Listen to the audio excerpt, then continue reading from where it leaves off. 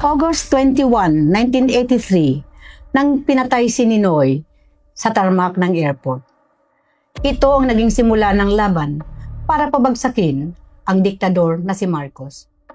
Sa kanyang pagkamatay, ano nga bang pamana ang iniwan niya sa ating mga Pilipino? Ito ang pag-uusapan natin ngayon dito sa Kapihan with my sis.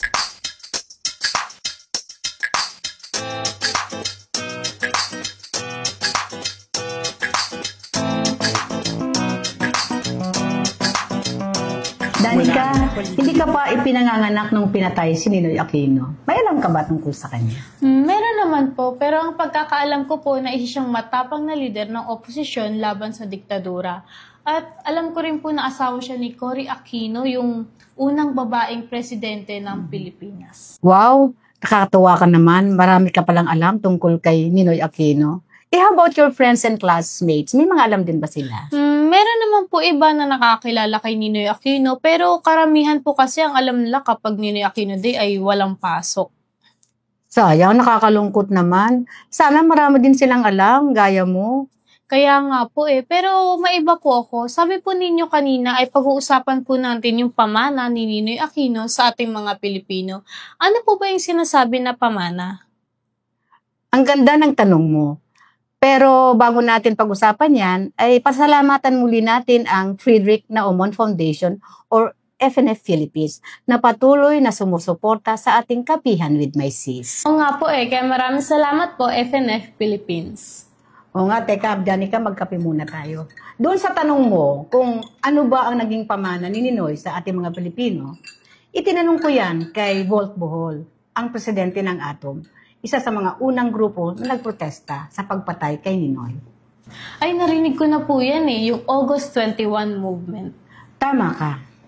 Good morning, Bo. Morning. Ano sa palagay mo ang pinakamagandang pamana sa mga Pilipino? Ninoy Aquino. Definitely yung good governance, the fight for good governance, and let us remember na noong panahon ni Ninoy Aquino, nalulubog sa kadiliman ng Pilipinas noon And it was really a hard fight for him and for the others who were persistent in reclaiming our democracy under a dictatorship. Number one is yung talaga, you never give up, never give up on our fellow Filipinos, never give up that someday our fellow Filipinos will live up to its forefathers. Alam naman natin, ang history ng bayan natin, marami tayong pinagdaanan, hindi natin lahi yung kayong katuwagan.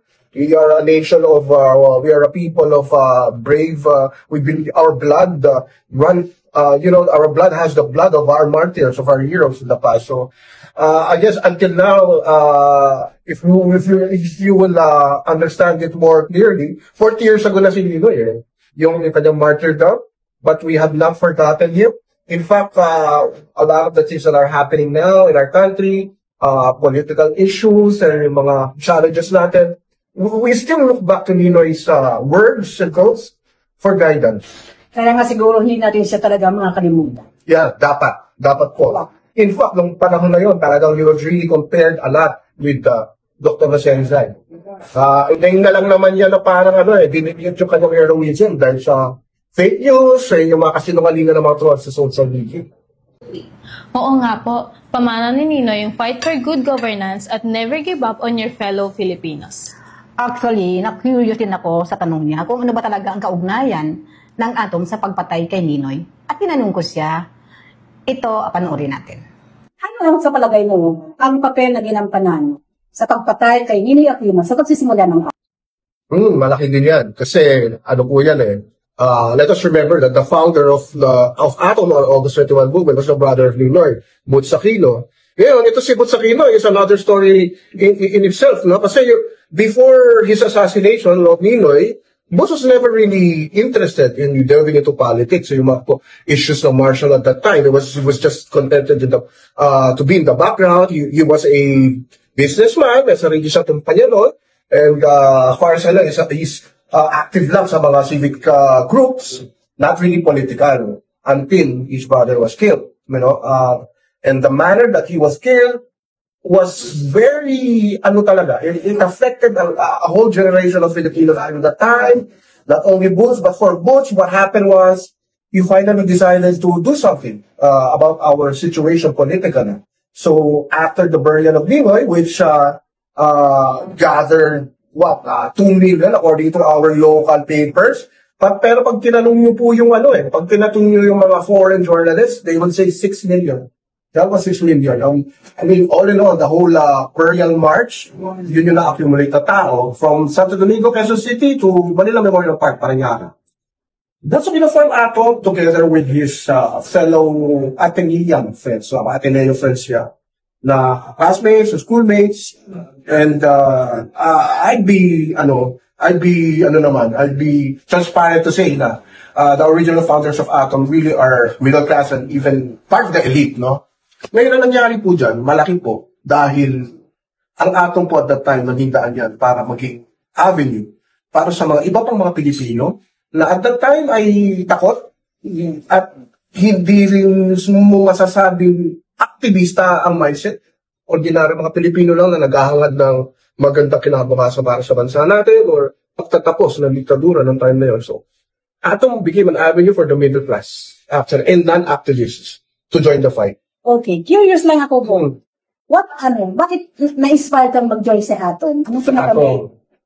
Goal mo? Why you join? Diyan po sa tanong na yan, magkakaalaman tayo ng edad. Ako po kasi nung pinatay po si Ninoy Aquino, ako po ay nasa grade school. I know, kasi nabasa ko doon sa na nag-join ka, 2022 na, sa Atom. Yeah, 2022 lang yun. And that was after the last elections, the presidential elections, when I found out that Atom is being revitalized, you know. But yung pinaka-driving force ko talaga dyan, I witnessed the long line wanting to see the body of Senator Nila because my grade school is just located behind the church where he was, yung kanyang, anong tawag doon, yung kanyang burol. So there was long lines. After my school, I could see that, and I could see the difference. And definitely, the change in our society and our people from before August 21 and after August 21, 1983 was really striking for me, and that's what happened. Aside from the fact that my parents, when I was already in early high school, my parents were really literaries ng yellow, no? And I was brought to the Elsa Revolution ng time yellow. So, talagang I was influenced. And talagang idol si Lina. Paulit-ulit yung speeches po niya, pinapanood ko yun. Lahat naman tayo idol siya. So talagang when 22 came, I heard of the news that Atom's being revived, and I know the importance, why it is being revived, because of what's happening in our country. So I decided to do it. Kaya nasabi ni former Senator Salong, Opo. he was the best president that we never had. Totoo naman. So we can only imagine what could have been naman. But again, maybe dying for the country is a much higher role that he was destined to play. Kasi if there was no Ninoy Aquino who was willing to die for our country, for the Filipinos, baka hindi po nag-decide ng kaudo yung mas marami pang Pilipino. At baka hindi rin po gano'ng kanada lumabang ka. Ang inspiring ng kwento, si Butch Aquino pala ang nagtatag ng Atom. Di ba kapatid po siya ni Ninoy? Oo, younger brother siya actually ni Ninoy Aquino. He was not an activist until Ninoy was killed brutally. At alam mo, napag-usapan din namin ni Volt ang tungkol sa kulay na yelo. Nagsasakit ba kayo sa pag-reclaim sa kulay na yelo?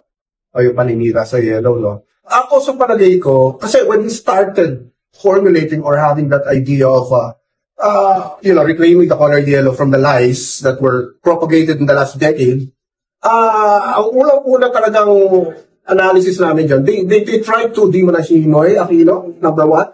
They tried to demonize Cory Aquino because they are basically the representation of what yellow means for yung mga recent generation.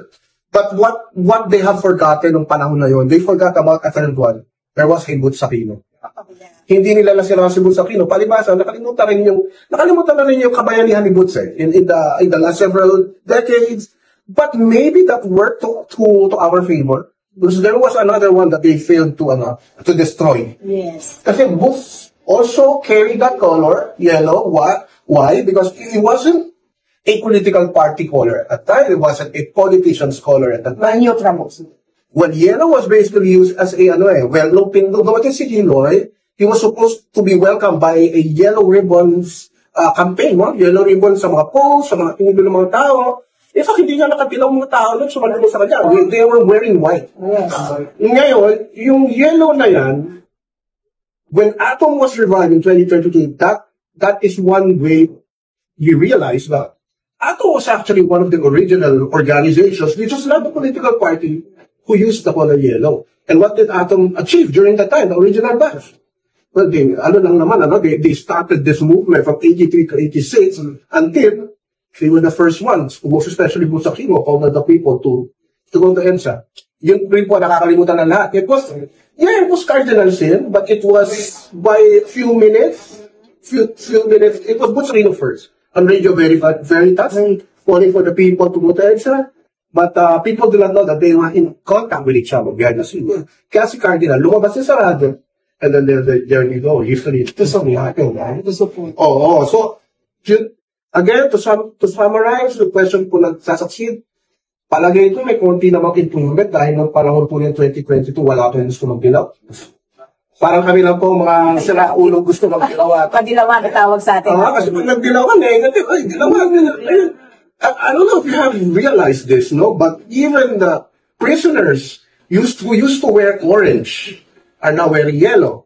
So that happened what? In the last decade lang, Diba? It used to be orange. So there is a concerted effort talaga. Kaya yung yellow dati, parang, if I remember it right, no, 2022 when it started, we were really, it was, ang feeling namin, sige, magdilaw tayo. Magdilaw. Why? This is resistance to the lies that they have propagated. At binastos at pinasama ng mga DDS ang kulay dilaw. Pero ako po, proud ako of the color yellow kasi simbolo yan ng pag-asa at lakas. Miss Teng, sa tingin po ba ni Volt bayani si Ninoy? Yan ang sabi niya. Para sa'yo, bakit bayani si Ninoy Aquino? Siguro po, hugot ko na lang dyan yung talagang personal experience ko. Again, going back to my childhood, the experience that I had, that night or that afternoon when I learned that August 21, 1983, after lunch, my parents was in our dining room talking about someone who was just killed, a person that I really do not know at that time. But because of how they reacted, because of how they were talking to each other, akala ko kamag-anak namin yung pinatay. So ganun sila ganun sila very invested, and I saw in their faces how affected they were. And I know for a fact also that few days later, I can still remember that day when they came home all wet. Kasi nakipaglibing sila alam naman natin, nung libing ni umulan ng malakas nun. Walang payong-payong nun. Kasi nung time po na yun, ang nagpapayong lang, so Imelda Marcos. Bawal po magpayong. Kinakantsawan po yung bumukas ng payong. Yan po ang ito sa akin, mga father. Nakita naman natin na. So, ako po, ako sa palagay ko, kung binabalikan ko ngayon, yung experience ko na kabataan ko na yun, that was the first time that somehow I realized that there was really a life hero. Kasi before Ninoy Aquino, napag-aaralan natin sa eskwelahan si Rizal, Andres Bonifacio, by theory, alam natin yung buhay niya, but na-experience ko, ito pala Ninoy Aquino. Kaya mamatay para sa akin. And that was unforgettable for me. So it was really real. A hero, a Filipino hero, was willing to really die for his fellow men or fellow citizens. But because parang hindi lang naman po ako na-touch doon or a whole generation of Filipinos na sabi ko. And even this generation after that era, is to remember that goes to show how real he is as a Filipino national hero. And he continued to inspire children or youth who were not even born at that time. In fact, marami din sa mga ATO members nga nila hindi nga talaga pinana si Ninoy. Only maybe, Pinoy maybe, but dito na lang nila natutunan sa ATO. Okay. So, ngayon, sa palagay mo, as the president of ATO ngayon, ano ang balak mo? May mga goals ba kayo na gagawin ng ATO? Originally po kasi when we were formed, in 2022, there was the leadership was not really I would say, well established yet at the time. In fact, when I joined, I wasn't really expected to become the leader, but of course, I had to accept it kasi parang sabi ko, maybe, I was actually banking on kasi si Prof. Xiao was our member as well. I was rooting for him to take the leadership, but he, anyway, long story short, it fell into my lap. And now, our objective is really at that time to just defend the historical legacy of Ninoy Aquino and all those Filipinos, yung mga hindi sikat at walang pangalan ng Pilipinong lumaban sa diktadura. When you erase Ninoy Aquino's legacy in our history, you erase also the people, ordinary Filipinos who fought after Ninoy, who fought or marched with Boots Aquino. Marami, hindi lang po si Boots Aquino na nagpatuloy. Atom members, even non-atom members, they were, marami dyan, yung mga nasa EDSA, yung mga nagmarcha mula 83 to 86 until the dictatorship fell. Isa yan sa importansya po namin. Pangalawa po, ay gusto po namin i-reclaim yung connotation na ang dilaw or yellow is a negative connotation. Alam po natin ay di totoo yun. It was done through a organized social media black propaganda meant to bring down, shall we say, siguro gusto ng mga yon, ng mga nagsimula na yun, to take over power. And they feel that this yellow legacy is very formidable because it represents what? Our aspirations to be a free country, continue to have that legacy of EDSA, continue to, yung aspirations natin ng EDSA. Yun yung nire-represent yan. And I don't think some of those who formulated this black propaganda against the yellows will be able to take power if they did not resort to. Na-inspire talaga ako sa sabi ni Volt. Ikaw, Danica, palagay mo bayani din si Ninoy? Ay opo, para sa akin po bayani si Ninoy dahil sinakripisyo niya ang kanyang sariling buhay para sa kalayaan at demokrasya ng mga Pilipino. Tulad nga po ng sabi niya, the Filipinos are worth dying for.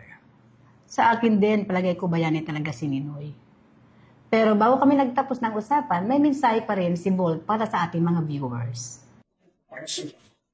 Ano ka ba nga mensahe ngayon para sa mga viewers namin sa Kapihan Motion? Siguro lang po, patuloy po tayong mag-aral ng tunay na kasaysayan. Huwag lang po tayong umasa sa social media. Although marami na rin naman sa social media ang naglalabas ng katotohanan para labanan ng mga kasilungalingan na lumabas noon. Sana po sa mga ating mga manonood, huwag niyo po kalilimutan na ang Pilipino ay dugo ng mga Unang-una, mapagmahal. Pangalawa, magpapagmahal sa kapwa. Pangalawa, hindi ito duwag ng mga lahi. Ang lahi natin hindi lahi ng mga duwag. Tayo po ay matapang, tayo po ay willing ay pagtanggol or paglaban lagi ang ating kinabukasan or kalayaan kung kailangan. At kami naman po dito sa Atom, we will continue to fight for our legacy as a people. Kasi ito yung mga gusto nilang makalimutan. Lahat ng ginawa natin, especially ng ating mga forefathers, nung panahon ng kadiliman, ng Marcia, ay ito yung lagi natin tatandaan na we have to be proud of what we have achieved as a race. Kasi whatever success the People Power Revolution had back then, it was also your success, kahit hindi ko pa pinapanganak ng panahon na yun. So, always remember, pangalawa, huwag kayong maniniwala na ang dilaw ay masama, ang yellow ay masama. In fact, other countries used it as well for their own protest movements. Marami po yan. Aside one, Hong Kong, the yellow umbrella movement at that time. Hindi po totoong negative ang dilaw. Pag dilaw po kayo, bumili kayo ng mga t-shirt na dilaw ng mga, kung ano-ano gusto nyo pinili na dilaw, sapatos. Yan po ay kasi numangingan, pinakalat itong last 10 years. And I hope we've learned our lesson. Marami sa atin na ng golden age. Ito po yung golden age ngayon. Ang tanong ko sa inyo, golden age nga ba ang nararanasan nyo ngayon? Tinanong din po natin si Kiko Aquino D kung ano sa palagay niya yung pamana ng kanyang lolo Ninoy at ito po yung sagot niya. Siguro po yung pinakamahalagang pamana ni Lolo Ninoy ay yung pagmamahal niya sa kapwa Pilipino. No?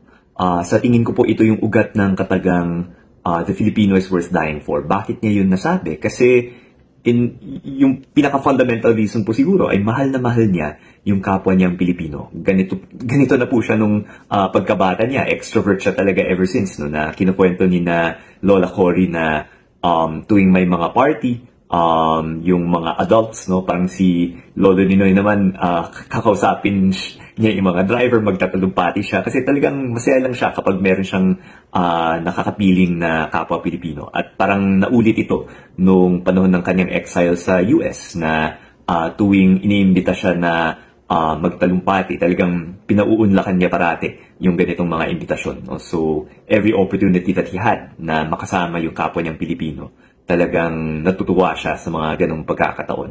And yung tuwing minamahal mo ang isang tao, isang grupo ng tao, kahit sinong tao, hindi talaga magiging katanggap-tanggap sa'yo kapag inaabuso yung kanilang mga karapatan. Na yun yung nakita natin nung panahon ng diktadurang Marcos. Kaya si Lolo Ninoy, talagang nanindig siya, no? 7 taon at 7 buwan siyang nakulong.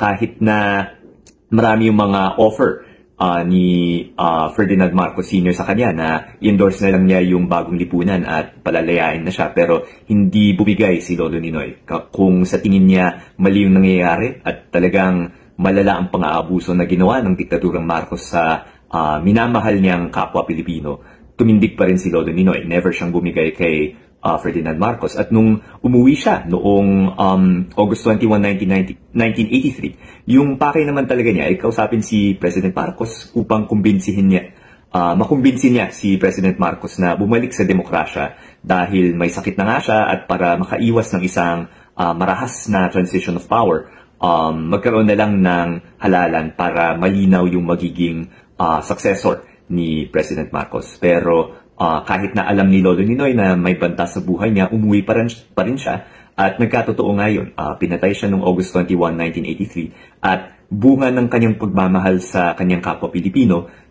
less than 3 years later, nangyari yung People Power Revolution noong February 25, 1986. At dahil doon, naibalik sa atin yung ating demokrasya, yung ating mga, nagiit natin yung ating mga karapatan. At talagang napakalaki yung naging parte ni Lolo Ninoy sa pagbabalik ng ating demokrasya. Gusto ko yung sinabi ni Kiko. Alam mo ba, si Kiko D ay nagiging kilala na din bilang isang aktivista? Oo nga po, at nagiging crush na rin ng bayan, lalo na sa mga kabataan. At pati sa mga kababaihan. At of course, hindi kumpleto ang ating kapihan with my sis kung hindi tayo pupunta sa Manay Layla's Corner. Pakinggan natin ang mensahe ni Manay Layla. Magandang araw sa lahat ng nakikinig sa Kapihan with My Sis. Masaya ako makasama ulit kayo sa ating Manay Layla's Corner. Ngayong linggo, gusto kong pag-usapan ang kahalagahan ng Ninoy Aquino Day tuwing August 21. Para sa akin, hindi lang ito simpleng holiday. Isa itong paalala ng 2 bagay na mahalaga sa ating pagkatao bilang Pilipino. Una, ang sakripisyo para sa bayan, at pangalawa, ang lakas ng paninindigan kahit gaano pa kalaki ang panganib na kaharapin. Si Ninoy, tulad nating lahat, ay may sariling pagkukulang at kahinaan. Pero sa gitna ng lahat ng iyon, pinili pa rin niyang bumalik sa Pilipinas para harapin ang diktadura, kahit alam niyang kapalit nito ang kanyang buhay. Sa ginawa niyang yun, ipinakita niya na may mga bagay na mas mahalaga kaysa sariling kaligtasan, ang paglaya at dignidad ng sambayanan. Bilang isang taong naranasan ding mabilanggo sa ilalim ng rehimeng walang pakundangan sa karapatan, malapit sa puso ko ang aral na dala ng araw na ito. Alam ko kung gaano kabigat ang mawalan ng kalayaan at kung gaano katindi ang pangungulila at pangamba. Pero alam ko rin ang kapangyarihan ng paghawak sa katotohanan at prinsipyo kahit pa mas madaling sumuko. Kaya para sa akin, Ang Ninoy Aquino Day ay hindi lang pag-alala sa nakaraan. Isa rin itong paalala sa kasalukuyan, lalo na sa panahong may mga banta na bumalik ang kultura ng takot at pagpapatahimik. Hamon ito sa ating lahat na ipagpatuloy ang laban para sa demokrasya, katotohanan at dangal ng bawat Pilipino. Huwag nating kalimutan ang mga salitang iniwan niya. The Filipino is worth dying for. Sa atin ngayon, maaaring hindi literal na buhay ang nakataya, pero bawat araw ay may pagkakataon tayong patunayan ito. Sa pagpili ng tama kahit mahirap, sa pagsasalita ng totoo kahit nakakatakot, at sa patuloy na paglilingkod sa kapwa kahit walang kapalit. Maraming salamat at sana, hindi lang sa tuwing darating ang Agosto 21, makita natin ang sarili nating papel sa pagpapatuloy ng laban na sinimulan ni Ninoy at ng marami pang iba. Very inspiring talaga ang ating episode ngayon. At sa ating mga viewers, maraming salamat sa inyong panunood. Hanggang sa susunod po, salamat sa panonood. See you next time!